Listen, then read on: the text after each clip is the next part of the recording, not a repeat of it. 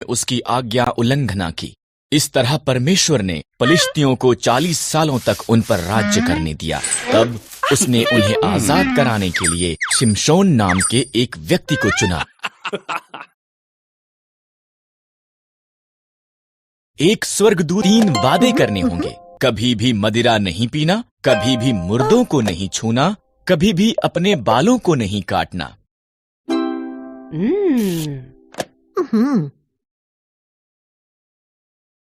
परमेश्वर ने शिमशोन में शहद बनाया। शिमशोन ने परमेश्वर के साथ उसके वादों में से एक को तोड़ते हुए मरे हुए सिंह को छू लिया, यहाँ तक कि उसने शहद भी खाया। उसे पकड़ लिया, उन्होंने उसे अंधा कर दिया। तब उन्होंने उसे जेल में डाल दिया और भारी चक्की पीसने का काम दिया। शिमशोन के बाल पुनः बढ़ गए। पलिश्ती उसे उनके झूठे देवता दागोन का उसे हराने में धन्यवाद करने के लिए उनके मंदिर में लाए। शिमशोन ने परमेश्वर से कहा कि एक अंतिम बार उसे ताकतवर बना दे। शिमशोन भी उसमें मर गया। शिमशोन ने अपना वादा पूरा नहीं किया, पर परमेश्वर ने अपना वादा पूरा किया।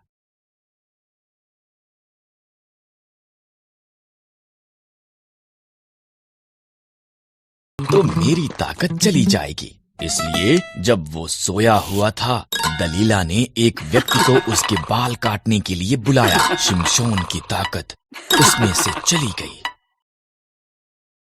इतना ज्यादा पाप किया कि परमेश्वर को दुख हुआ कि उसने उन्हें बनाया था। उसने पृथ्वी पर से हर एक को मिटाने के लिए एक जल प्रलय भेजने का निर्णय किया। पर उसने उसे एक नीची छत, 3 कोठरियों, एक खिड़की और एक द्वार के साथ एक विशाल जहाज बनाने को कहा। आज्ञाकारिता में नूह ने इसका निर्माण किया। परमेश्वर ने नूह को प्रत्येक जानवर की किस्मों में 2-2 करके लेने को कहा, एक नर, एक नारी। तब नूह, उसका परिवार और जानवर जहाज के अंदर गए। परमेश्वर ने द्वार को बंद कर दिया और 40 रात तक बारिश आती रही। पानी आकाश से गिरा और समुद्रों और झीलों से भी ऊपर आया, यहाँ तक कि सबसे ऊंचे पहाड़ भी पानी में डूब गए।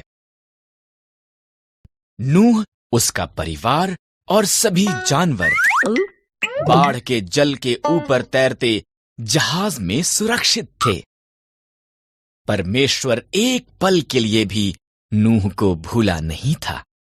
पानी सूखने लगा। जहाज अरारात पहाड़ पर ठहर गया। नूह ने एक कबूतरी को भेजा। जब वो वापस नहीं आई, तो वो जान गया कि अब सब सुरक्षित थे। परमेश्वर ने उन्हें बाहर आने के लिए कहा। उसने आकाश में एक इंद्रधनुष को वादे के रूप में रखकर कहा कि वो कभी भी पूरी पृथ्वी को जल प्रलय द्वारा दोबारा नाश नहीं करेगा।